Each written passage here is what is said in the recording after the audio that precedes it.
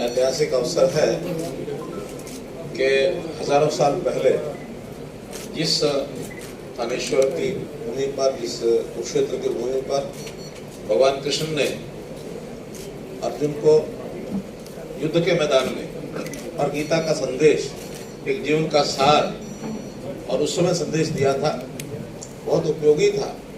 और न केवल उस समय के लिए उपयोगी था, वो आज के लिए भी उतना ही उपयोगी है। न केवल उस समय जो कुरुक्षेत्र रहा होगा उस समय कुरुक्षेत्र उपयोगी था, वो आज के कुरुक्षेत्र, आज के हरियाणा, आज के अपने देश और आज की दुनिया, सबके लिए वो वैसा ही उपयोगी है। एक वैश्विक सार जिसको कहना चाहिए, वैश्विक सिद्धांत जिसको कहना चाहिए, ऐसा ये एक कार्यक्रम था। वर्षों तक अपने समाज ने उस विषय को याद रखा है और आगे बढ़ाते रहे हैं। हमारा सौभाग्य है ये कि हरियाणा की भूमि पर, हरियाणा सरकार में आने के बाद हमने जो एक उत्सव, गीता जयंती का उत्सव होता था, उसको धीरे धीरे एक अंतर्राष्ट्रीय स्वरूप, अंतर्राष्ट्रीय गीता जयंती के तौर पर ये किया जाने लगा है। न केवल ये अब कुरुक्षेत्र में होता है बल्कि विदेशों में भी होने लगा है। आगे आगे और इसका विस्तार होगा। आज इस वर्ष का गीता जयंती का जो कार्यक्रम है, विधिवत उसका शुभारंभ हुआ है। ये जो सरस मेला है, इस सरस मेले के उद्घाटन के अवसर पर, इस मेले में जो अपने देश के विभिन्न प्रांतों के कलाकार, कारीगर और ऐसे जो अपने सामान को बना करके लाते हैं और लोगों की रुचि के हिसाब से हर वर्ष उसमें जो परिवर्तन करना होता है वो भी करते हैं। आज की आवश्यकता के हिसाब से यहाँ अपनी दुकानें लगाते हैं। जो यहाँ आने वाले आगंतुक हैं, लाखों की संख्या में यहाँ आते हैं।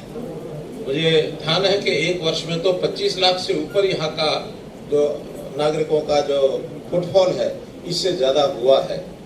अब धीरे धीरे कोविड के बाद फिर से इस कार्यक्रम में रौनक आ रही है। बीच में 2 वर्ष कोविड के कारण से कार्यक्रम बहुत स्थिर पड़ गया था, लेकिन अब उसमें आगे बढ़ोतरी हो रही है। आज का जो ये सरस मेला का कार्यक्रम शुरू हुआ है, मुझे बताया गया कि इसकी शुरुआत इतने सुंदर तरीके से और इतनी बड़ी संख्या में लोगों के साथ जो आज हुई है, ऐसे पहले कभी नहीं हुई। कितनी दुकानें हैं? कुल 600 के लगभग यहाँ दुकानें हैं।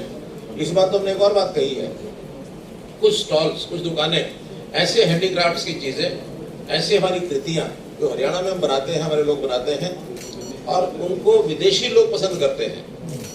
तो विदेशों के भी लोग यहाँ आते हैं, लगभग 25 देशों के लोग, ऐसा अनुमान है कि यहाँ आएंगे थोड़ी बड़ी मात्रा में।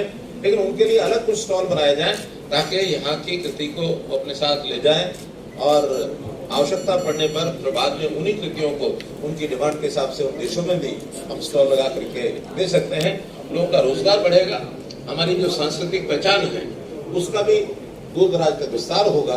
तो ऐसे सरस मेले के उद्घाटन के अवसर पर अंतर्राष्ट्रीय गीता जयंती का शुभारंभ और 4 दिसंबर तक, बल्कि सरस मेला तो 6 दिसंबर तक चलेगा। 4 दिसंबर 29 से 4 दिसंबर विधिवत जो मुख्य कार्यक्रम है गीता जयंती के वो होंगे। सरस मेला 6 दिसंबर तक चलेगा। तो इस 17 दिन के इस कार्यकाल के इस मेले का उद्घाटन हुआ। इस समय मैं सभी को बहुत बहुत बधाई और बहुत बहुत शुभकामना देता हूँ। सीएम साहब, आपसे पहले कई सरकारें रही हैं, कभी उन्होंने अंतर्राष्ट्रीय स्तर पर गीता जयंती या गीता महोत्सव मनाने की नहीं सोची। पहले ही आपकी बीजेपी गवर्नमेंट है, विदेशों में भी गीता महोत्सव मनाना चाहिए। मोर्चा नेक्स्ट मार्च में जब भी जागो तभी सवेरा। हरियाणा रोडवेज भी चलाई गई है 50% किराए में कई जिलों में, क्या कहेंगे? हमने इस बार 10 जिलों में यात्री जो इस मेले में आना चाहते हैं उनके लिए 50% किराए के ऊपर, इससे पहले सिर्फ 5 जिले थे, इस बार 5 जिले और बढ़ाए गए और जैसे जैसे उधर से उसकी उपयोगिता लगेगी, आगे अगले वर्षों में आवश्यकता हुई तो और भी ज्यादा कराएंगे। सीएम साहब, इस गीता जयंती के आयोजन को इंटरनेशनल जितने भी एयरपोर्ट्स हैं या जहां से टूरिस्ट आता है इंटरनेशनल, वहां पे डिस्प्ले नहीं किया गया ताकि जो इंटरनेशनल टूरिस्ट को पता चले कि गीता जयंती है, ताकि वो लोग यहाँ पे आ सके। ऐसा क्यों?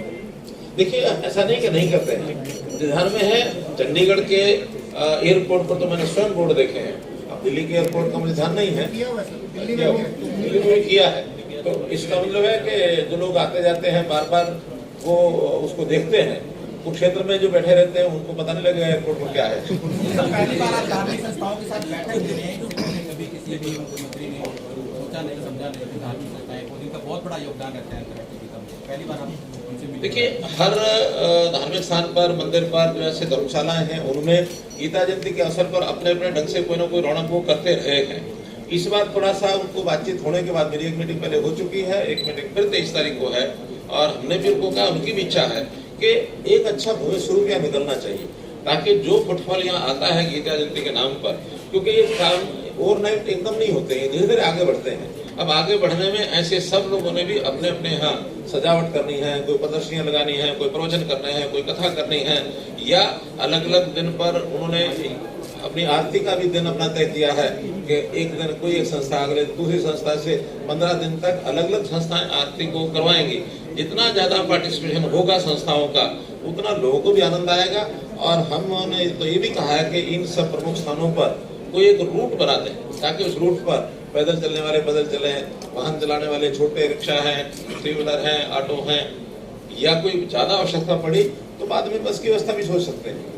लोगों की आवश्यकता के हिसाब से रूट बने, ताकि हम कुंभ के मेले देखते हैं तो कुंभ के मेले जैसे व्यवस्थाएं धीरे धीरे आगे बढ़ाते रहे हैं, ऐसे ही इस मेले की व्यवस्थाएं आगे बढ़ रही हैं, और इसमें सहज तरीके से जो आगे बढ़ जाएगी, लोगों को उसका लाभ मिलेगा, आनंद आएगा। सर 29 तारीख को कुरुक्षेत्र के वासी आपका बहुत आभारी हैं कि आपने इस